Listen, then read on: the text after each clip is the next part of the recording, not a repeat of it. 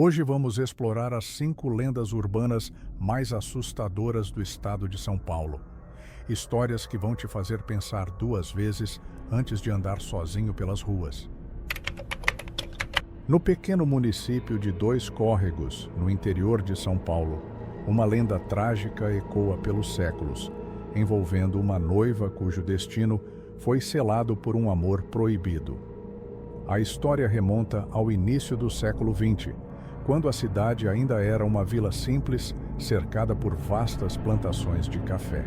Naquela época, a capela local, feita de barro e madeira, era o coração da comunidade, onde casamentos eram celebrados com pompa e fervor religioso. A protagonista dessa lenda é Maria Clara, uma jovem de beleza rara e espírito independente. Prometida em casamento a um fazendeiro rico chamado João Pedro, ela vivia sob a sombra de uma decisão tomada por seus pais, que buscavam ascender socialmente. No entanto, seu coração pertencia a Antônio, um jovem humilde que trabalhava como peão nas terras da família.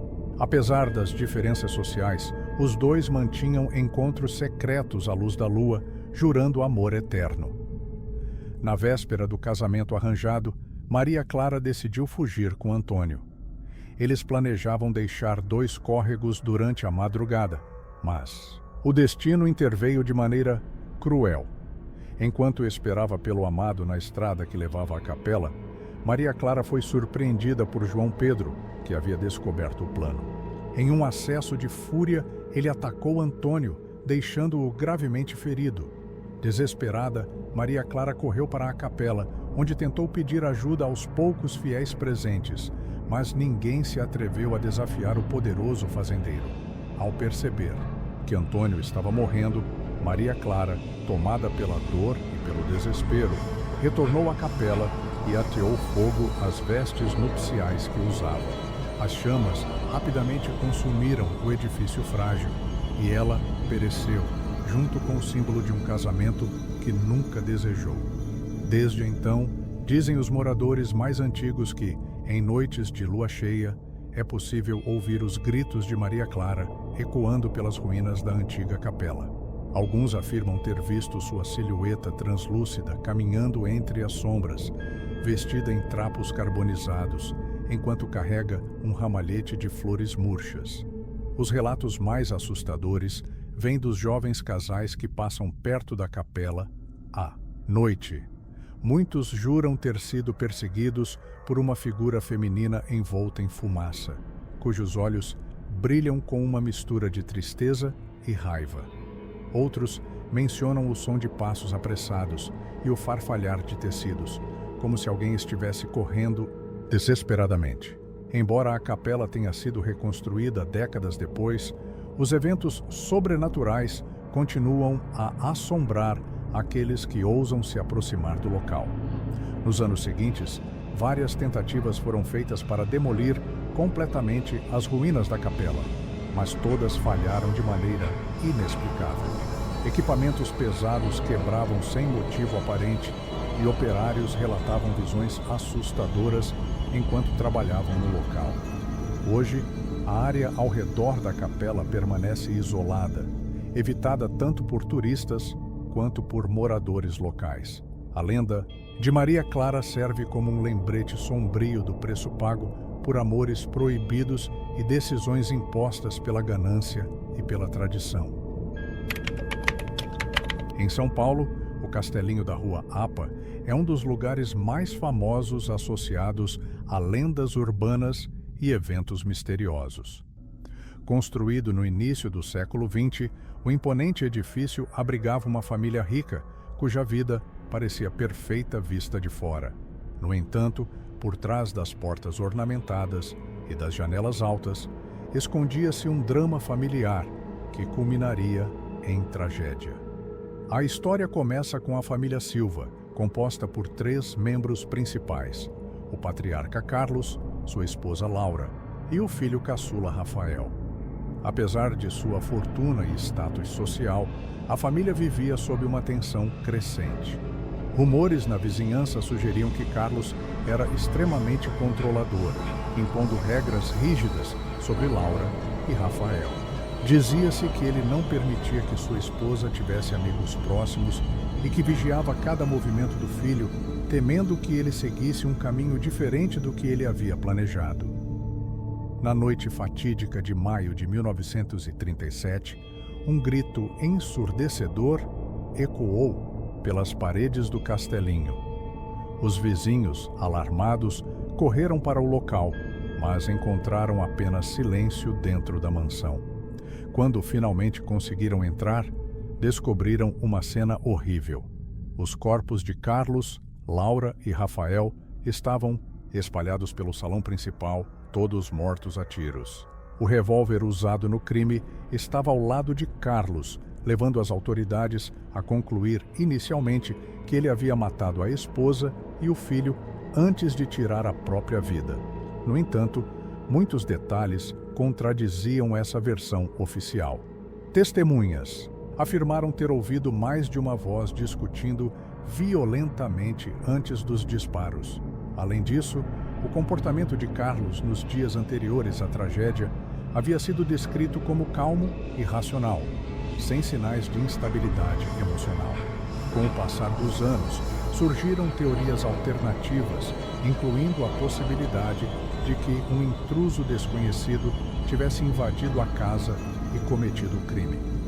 Hoje, o castelinho da Rua APA está abandonado, mas continua a atrair curiosos e investigadores paranormais. Relatos frequentes mencionam vozes sussurrantes vindas do interior do prédio, bem como passos pesados ecoando pelos corredores desertos. Alguns visitantes afirmam ter visto sombras humanas movendo-se atrás das janelas, mesmo quando o local está vazio. Outros relatam uma sensação opressiva ao se aproximar do edifício, como se fossem observados por algo invisível. Um dos casos mais intrigantes ocorreu em 2010, quando um grupo de estudantes universitários decidiu explorar o castelinho durante a madrugada. Eles entraram armados com câmeras e equipamentos de gravação, determinados a capturar evidências de atividade paranormal. Durante a exploração, ouviram risos baixos e distorcidos vindos do segundo andar, seguidos por gritos agudos que pareciam vir de diferentes direções simultaneamente. Quando tentaram sair, perceberam que as portas estavam inexplicavelmente trancadas, forçando-os a permanecer dentro do prédio até o amanhecer. Embora o castelinho da Rua APA seja oficialmente considerado inabitável, ele continua a ser um ponto de interesse para aqueles fascinados por mistérios e histórias sombrias. A tragédia que ocorreu ali há quase um século permanece sem solução, alimentando especulações e boatos que atravessam gerações. Fundado em 1774 por Frei Galvão, o primeiro santo brasileiro, o Mosteiro da Luz, localizado na região central de São Paulo, é conhecido por sua arquitetura impressionante e sua importância histórica. No entanto, além de sua beleza e significado religioso, o mosteiro também é palco de lendas urbanas que envolvem fenômenos inexplicáveis e aparições fantasmagóricas. A história mais famosa envolve um monge que desapareceu misteriosamente no início do século XIX. Conhecido apenas como Irmão Tomás, ele era reverenciado por sua devoção e bondade. Certa noite, durante uma forte tempestade, ele foi visto pela última vez caminhando pelos corredores do mosteiro com uma vela na mão. Após isso, nunca mais foi encontrado. Suas vestes foram descobertas no dia seguinte, dobradas cuidadosamente ao pé de uma das estátuas da igreja, mas não havia nenhum sinal de seu corpo.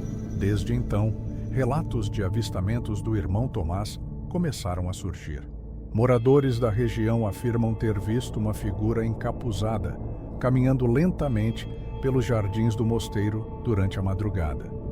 Outros mencionam o som de passos arrastados e orações murmuradas, ecoando pelos corredores vazios. Em algumas ocasiões, pessoas que passavam pela igreja à noite juram ter ouvido sinos tocando sozinhos, embora o mosteiro não possua mais sinos funcionais. Um incidente particularmente perturbador ocorreu em 2008, quando 2 corpos foram encontrados dentro do mosteiro sob circunstâncias misteriosas. Ambos eram homens idosos e suas mortes foram atribuídas a causas naturais. No entanto, testemunhas que estavam no local relataram ter visto figuras indistintas pairando sobre os corpos antes de desaparecerem repentinamente. As autoridades não encontraram explicações plausíveis para esses relatos e o caso foi arquivado sem resolução. Além disso, há rumores de que o subsolo do mosteiro abriga túneis secretos usados por monges durante o período colonial. Algumas pessoas afirmam ter entrado nesses túneis e encontrado inscrições antigas nas paredes, escritas em latim e línguas indígenas. Essas inscrições supostamente contêm mensagens proféticas e avisos sobre forças que habitam o escuro. Embora a existência desses túneis nunca tenha sido confirmada oficialmente, os boatos persistem, alimentando ainda mais o mistério que envolve o local. Para os visitantes que se aventuram no Mosteiro da Luz, a experiência pode ser tanto espiritual quanto assustadora.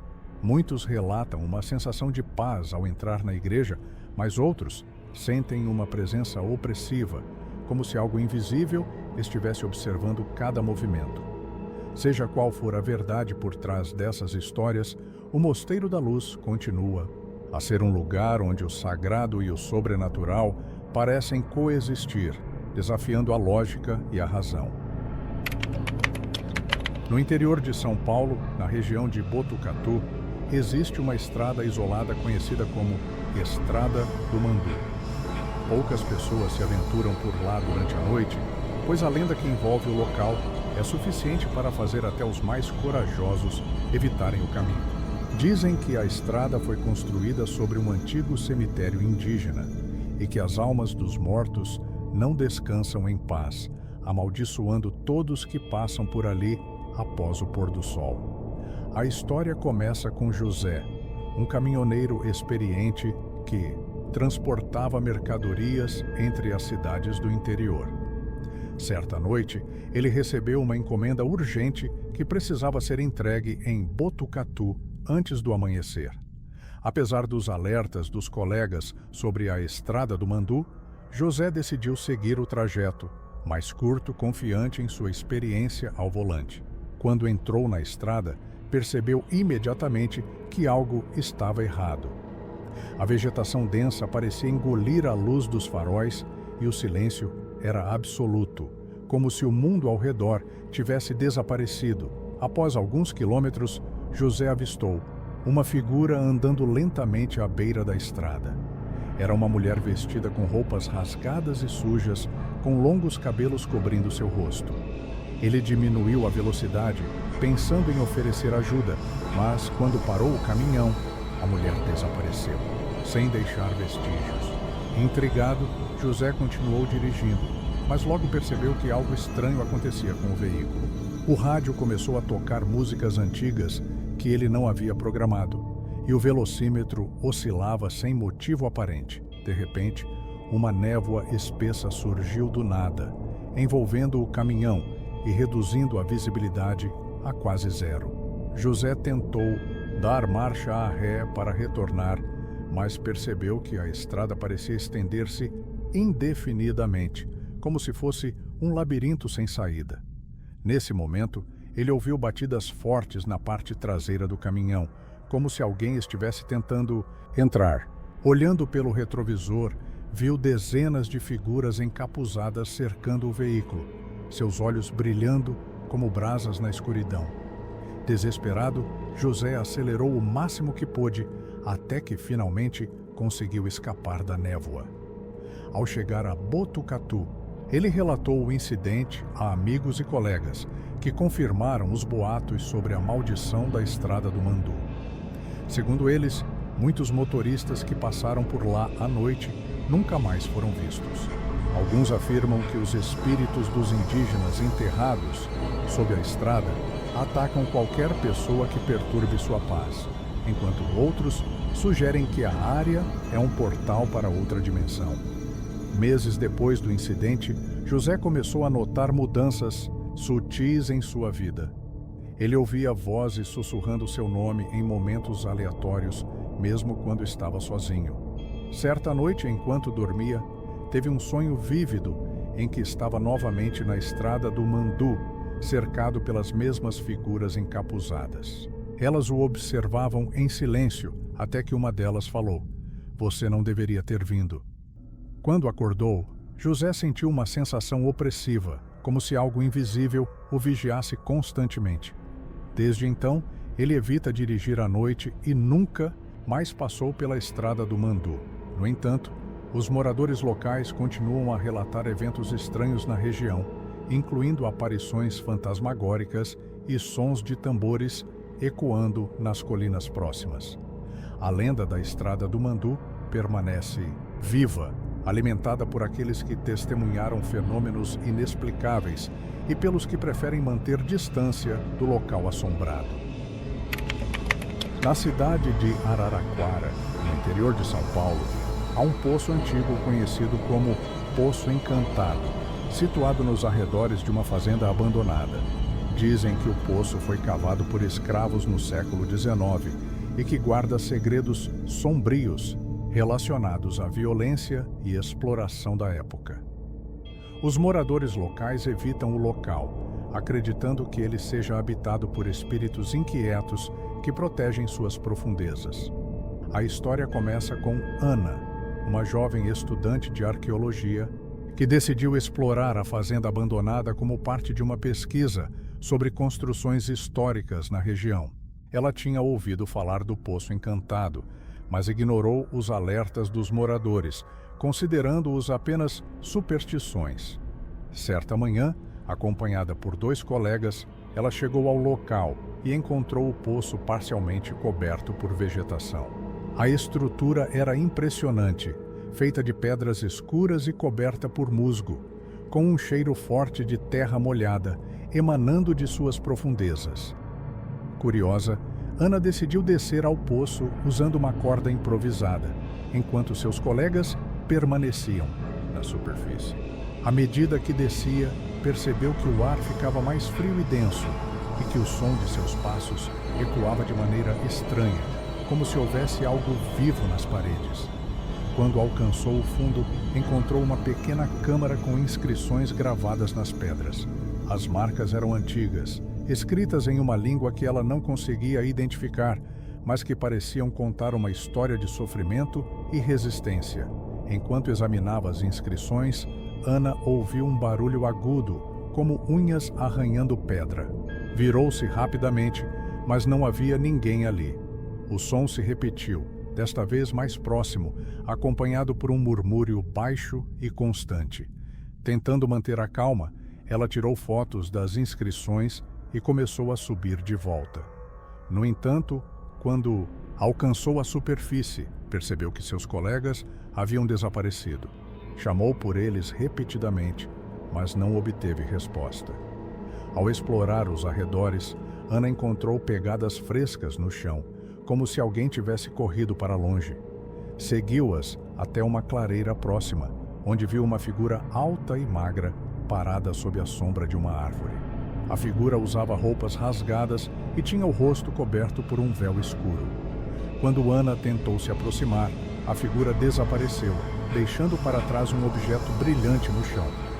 Era uma moeda antiga, com símbolos que lembravam os das inscrições no poço. Nos dias seguintes, Ana começou a sofrer de pesadelos recorrentes. Em seus sonhos, via os escravos que haviam cavado o poço, trabalhando sob chicotadas e gritando de dor.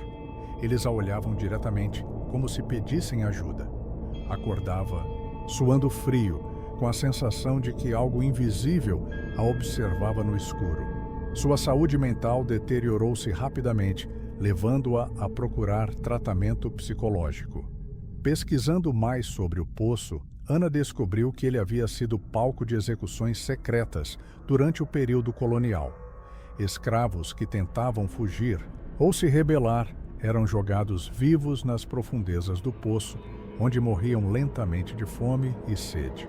Alguns relatos sugerem que os corpos nunca foram retirados, permanecendo lá como um lembrete macabro do poder dos senhores de engenho. Embora Ana tenha decidido nunca mais voltar ao local, os pesadelos continuaram a assombrá-la. Certa noite, ela acordou com a sensação de mãos geladas tocando seu rosto. Ao abrir os olhos, viu a mesma figura encapuzada que havia encontrado na clareira, parada ao lado de sua cama. Antes que pudesse gritar, a figura desapareceu, deixando para trás a mesma moeda antiga que ela havia encontrado no poço. Hoje, o Poço Encantado continua a ser um lugar evitado pelos moradores locais. Alguns afirmam que os espíritos dos escravos ainda vagam pelas proximidades, buscando justiça por suas mortes injustas. Outros mencionam que qualquer pessoa que leve algo do poço consigo será perseguida por forças sobrenaturais. A lenda serve como um lembrete sombrio do legado de violência e exploração que moldou a história do Brasil. Gostou dessas histórias assustadoras? Então comenta aqui embaixo qual dessas lendas você já conhecia ou se tem alguma outra que a gente precisa investigar. Não esquece de se inscrever no canal e ativar o sininho para mais conteúdos sombrios e curiosidades de arrepiar. Até a próxima!